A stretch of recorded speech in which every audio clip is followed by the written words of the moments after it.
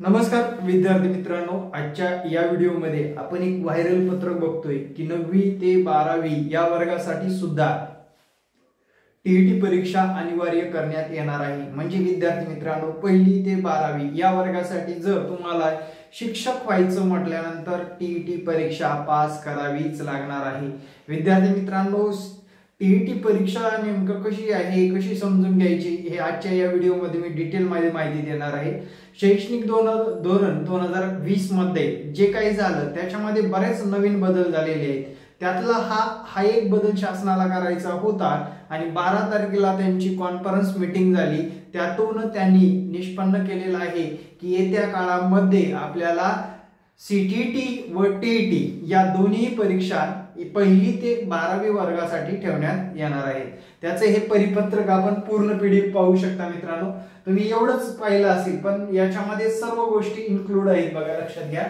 NCTE म्हणजेच मित्रांनो जे की तुम्हाला माहित आहे, national conference on teacher eligibility test, म्हणजे 1 डेज ऑर्गनाइज मीटिंग झाली होती। सीबीएसई पॅटर्न नुसार ही मीटिंग झालेली होती विद्यार्थी मित्रांनो।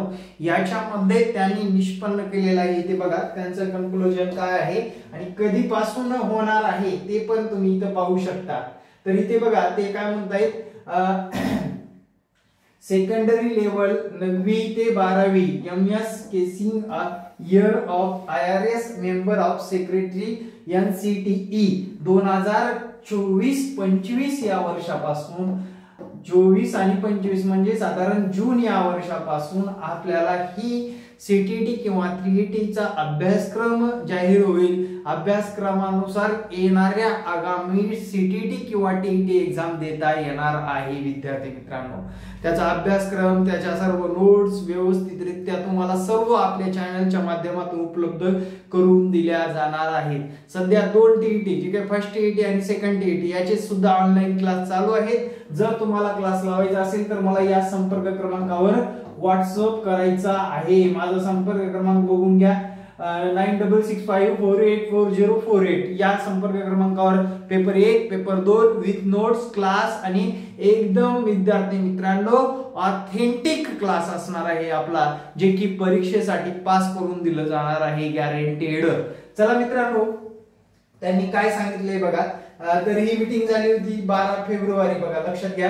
त्या दिवशीची डेट दिलेली आहे आपल्याला 12 फेब्रुवारी 2024 रोजी झाली होती। 1 day national conference on teacher eligibility test TET to discuss and deliberated upon the transformative changes of requirement in the light of nation's education policy 2020 NEP नुसार 2020 मधल्या काही पॉलिसी चेंज करण्यात येणार आहेत। त्याच्यामध्ये विद्यार्थी मित्रांनो ही या टीईटीचा उगम झालेला आहे। आता याची रूपरेषा कशी असेल थोडक्यात आपण अभ्यासक्रमावर सुद्धा नजर टाकणार आहोत। चला मित्रांनो अभ्यासक्रमाकडे वळू। तर विद्यार्थी मित्रांनो लक्षात घ्या, याच्यामध्ये काय होऊ शकतं। आता तुम्हाला तर माहित आहे फर्स्ट टीईटीचा सेकंड टीईटीचा सिलेबस जवळपास सारखाच आहे। फर्स्ट टीईटी परीक्षा फर्स्ट, तुम्ही जर म्हणाल तर इंग्लिश आहे याला, तर आपण मराठी निवडत असतो, साधारण मराठी किंवा सीटीटी ला हिंदी वगैरे निवडत असतो।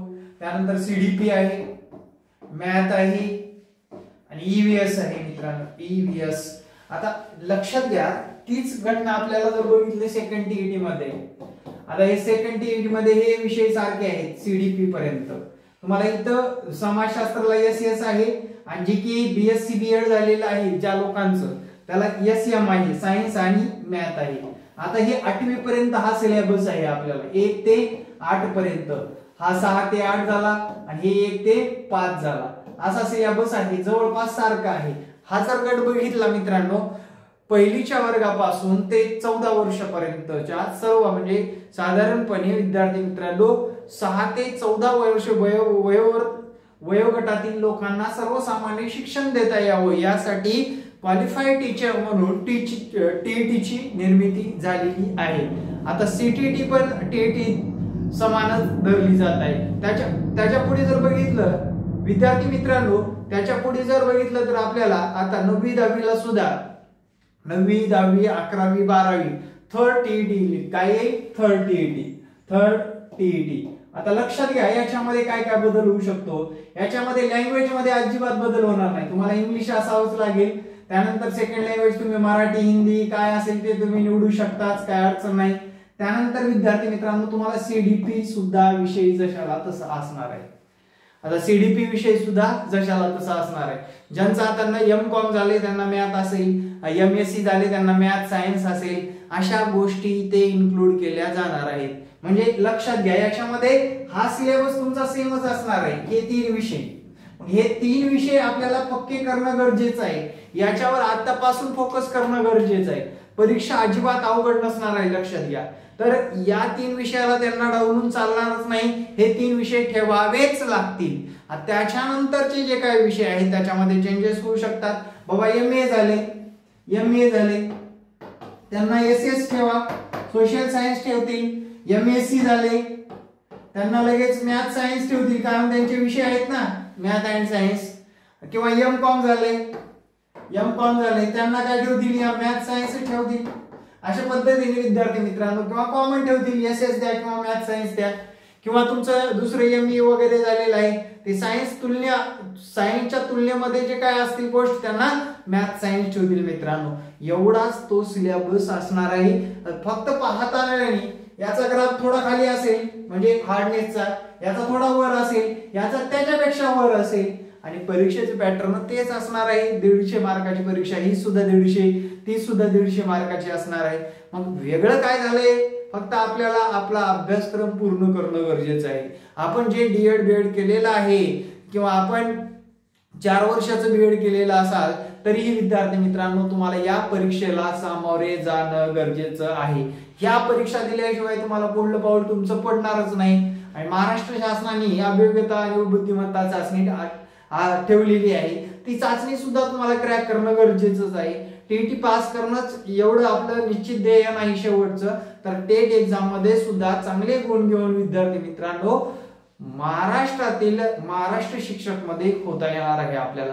हे बदल का होत आहेत, शिक्षक भरतीमध्ये का बदल होत आहेत, लक्षात घ्या मित्रांनो. याच्यामध्ये बदल करणं गरजेचं आहे, कारण शैक्षणिक पातळी दिवसेंदिवस ढासळत चाललेली आहे. त्यामुळे अगोदर सर्वात महत्वाचं शिक्षकांना तयार करणं त्यांना एक टार्गेट झालेलं आहे. म्हणून या परीक्षा त्यांनी ठेवलेल्या आहेत. या परीक्षा अवघड नाही मित्रांनो. टीईटी मध्ये ओपनच्या विद्यार्थ्याला 90 मार्क मिळवायचे, काचच्या विद्यार्थ्याला 83 मार्क मिळवायचे. तसंच या सर्व परीक्षेसाठी हेच पॅटर्न असणार आहे, कारण त्यांचं म्हणणं आहे की बाबा शिक्षकांना किमान गोष्टी माहीत असणं गरजेचं आहे. म्हणून ही पात्रता परीक्षा ठेवलेली आहे. महिला वर्ग जास्त करून महाराष्ट्रामध्ये टीईटी देत असतो किंवा टेट एक्झामला कॉम्पिटिशन मध्ये शिक्षक भरतीमध्ये महिला वर्ग जास्त आहे. पण विद्यार्थी मित्रांनो आपल्याला दिवस बदलायचे म्हटल्यानंतर आपण स्वतःच कारणीभूत असणार आहोत आणि स्वतःलाच प्रयत्न करणं गरजेचं आहे. आणि स्वतःच विद्यार्थी मित्रांनो आता जे काही शिक्षण घेतलं तुम्ही त्यानुसार टीईटी देणं गरजेचं आहे, टेट एक्झामचा अभ्यास करणं गरजेचं आहे. पण महाराष्ट्रामध्ये असं चालून येतं जेव्हा परीक्षा येते तेव्हा विद्यार्थी अभ्यासाला लागतात आणि परीक्षा आल्यानंतर विद्यार्थ्यांना पास करणं थोडं अवघड जातं. त्यामुळे विद्यार्थी मित्रांनो या सर्व गोष्टीचा विचार करून आपण आजपासून अभ्यासाला लागणार आहोत. अभ्यास करण्यासाठी आपल्या ग्रो अकॅडमीची 100% तुम्हाला मदत होणार आहे. माझा परत एकदा संपर्क क्रमांक देतो, हा आहे व्हॉट्सअप क्रमांक मित्रांनो 96 65 48 40 48. या संपर्क क्रमांकावर तुम्ही विद्यार्थी मित्रांनो ऑनलाईन क्लास जॉईन करू शकता. ऑनलाईन क्लास आहेत आपल्याकडे.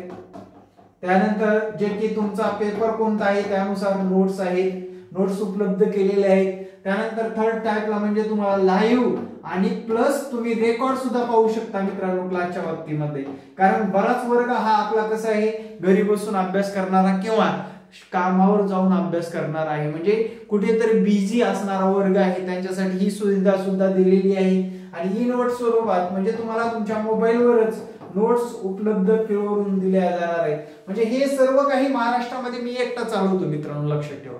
या सर्व गोष्टी जर बघितल्या महाराष्ट्रामध्ये तुम्हाला खूप कमी लोकांकडे दिसणार आहेत. आणि या सर्वच्या सर्व म्हणजे टीईटी असेल, टेट एक्झाम असेल किंवा शिक्षक भरतीचं प्रत्येक अपडेट असेल आपण वेळोवेळी चॅनलच्या माध्यमातून विद्यार्थ्यांपर्यंत पोहोचवण्याचं काम करतोय. आणि विद्यार्थ्यांना असं ठेवलं नाही की बाबा 1.5 महिना यान पास करून जावा. विद्यार्थी मित्रांनो लक्षात घ्या, या परीक्षा तुम्ही समजताय तेवढ्या सोप्या पण नाही आणि तुम्ही समजताय एवढे अवघड पण नाही. फक्त परीक्षा सातत्यपूर्ण अभ्यास करावा लागेल. थोडा थोडा अभ्यास करत राहिला. यावर्षी जर तुम्ही 2024 मध्ये या टीईटी तिन्ही क्रॅक केला, समजा येणाऱ्या तिन्ही टीईटी क्रॅक केला, तर विद्यार्थी मित्रांनो टेट एक्झाम पुढे भविष्यामध्ये तुम्हाला कधीही देता येणार आहे.